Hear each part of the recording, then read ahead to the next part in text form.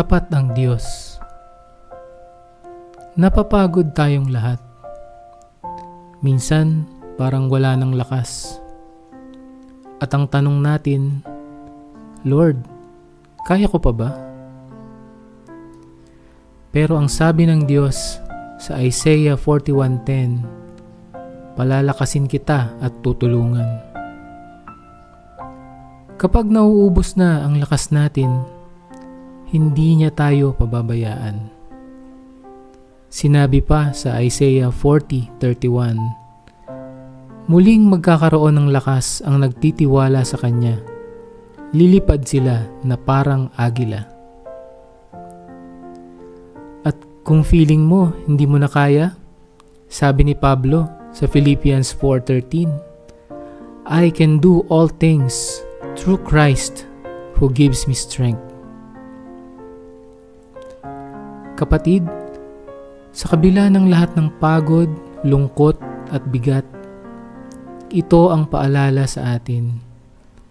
Tapat ang Diyos.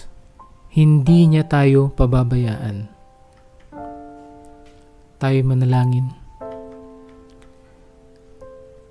Panginoon, salamat dahil kahit kami ay napapagod, hindi mo kami pinapabayaan.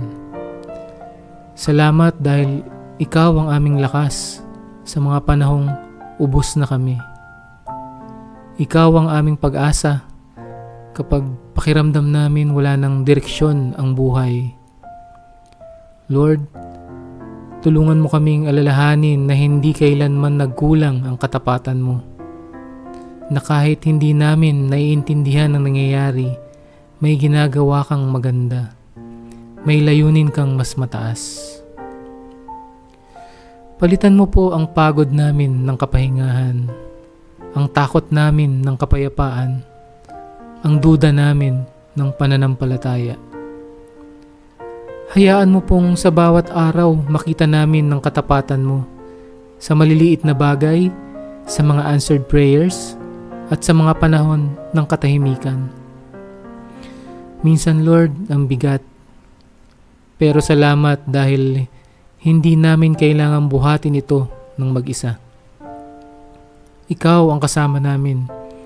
Ikaw ang nagbibigay ng lakas. Ikaw ang tapat na Diyos na hindi nagbabago. Kaya ngayon, tinataas namin sa iyo ang lahat.